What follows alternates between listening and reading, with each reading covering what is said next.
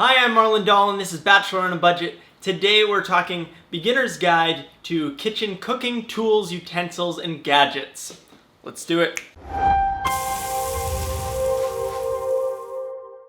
This video is for beginners who are just stocking their kitchens or who want to check out what I am using when I am making most of my recipes. So first off, we have a pot. Look at that.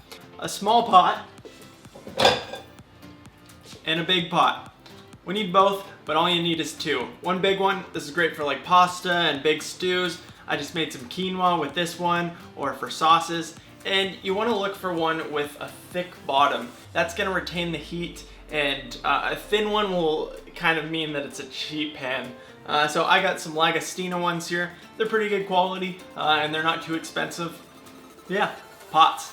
So, pans. Okay, so I got two here. This one is a non-stick wok, and this is also a non-stick pan, Lagostina. The reason I like to use big ones is because I like to make a lot of food with leftovers. You've seen most of my recipes, all of them for like 4 to 5 servings. So I want to make enough that they can actually fit in here, so I can have leftovers to take to work. I did have a small non-stick pan, but my roommate cooked it too high. And when you cook a Teflon pan too high, it kind of can release some of the chemicals in there, and you don't want to do that, and it takes away the non-stick. So don't leave your Teflon pans on your heat for too long, otherwise you'll cook the crap out of them. These are great. I do recommend just go with one of these to start. Either a good wok, you'll probably see one of these more likely, but a good non-stick wok is awesome to have as well. I actually have a third steel wok, but we don't need to talk about that, but they're awesome. Knives. You really only need two for most things. You need a paring knife. It's good for like fruit or small veggies or taking skin off, and not your own skin. And a good chef's knife. This is essential. Just one good chef knife. I believe this is Victorinox, but they make totally affordable blades. Oh, I'm lying. This is Villeroy and Bosch. Also a good knife. But look up Victorinox on Amazon. I know they got some great ones with tons of reviews. Stirring stuff. I highly recommend a spatula. This is great for getting out your sauces or whatever you have in your pan. I was just using it for some quinoa to scrape some stuff out. A flat one. I like to use a wooden one. You can also use a wooden spoon, but this is great for like eggs, for scraping it out, the scrambled eggs. But I use this for most things. Nice classic wooden, but you can go with a plastic one as well. Maybe not plastic, but silicone. A nice, quiet, I'm filming.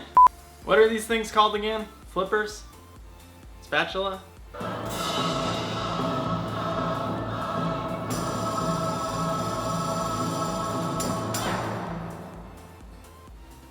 One of these things, yeah!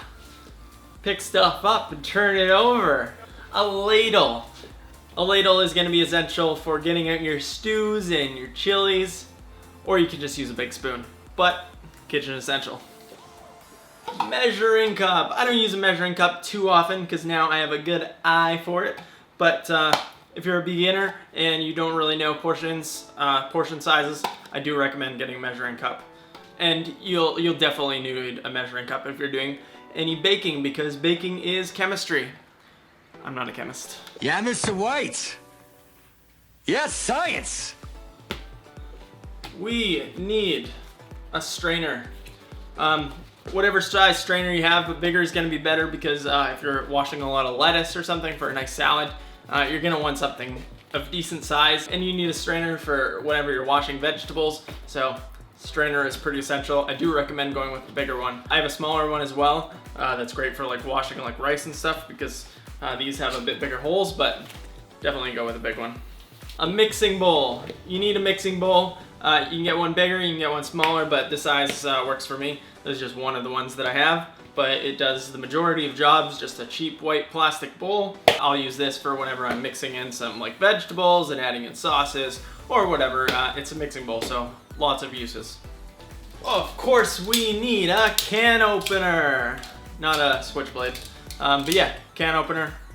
If you're making some hummus or need some tomato sauce opened up, gotta have a good can opener. And yeah, make sure it's a strong one. It's gotta feel good. If it's really light, it's probably not the best one. And we need a peeler. This is a really crappy one. I don't recommend getting something like this. It does the job. I recommend going with just like the basic stainless steel ones. They're awesome.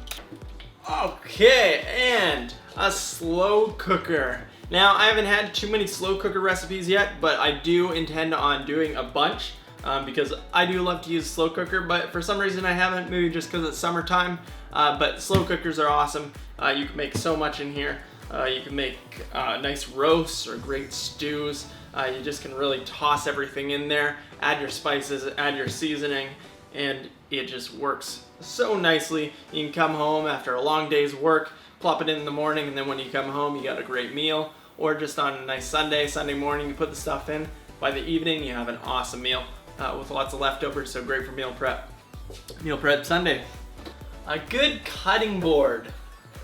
I got a big, thick wooden one. This will last me for years, and it can last you for years, provided you take care of it well. By taking care of it, I mean putting a good like mineral oil over it to keep it from drying out and splitting, and don't get it soggy. Obviously, don't put it in the dishwasher. I also have a couple of these plastic ones here.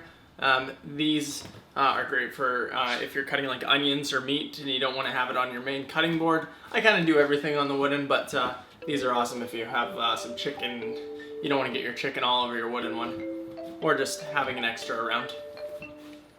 And that's all for the basics. Hope you guys like this one. Just wanted to keep it simple with what I use on an everyday basis, but I think I'll also do one with a bit more advanced stuff, or stuff that I don't use every day, but that is still awesome to have and you can do some cool stuff with. So stay tuned for that. Thank you guys for watching. If this is your first time here, please hit the subscribe button. Helps me out, and you also will get notified of awesome new recipes and new videos. And leave a comment down below. Let me know what your staple items are that I didn't include, and let's have a conversation. Thanks, guys.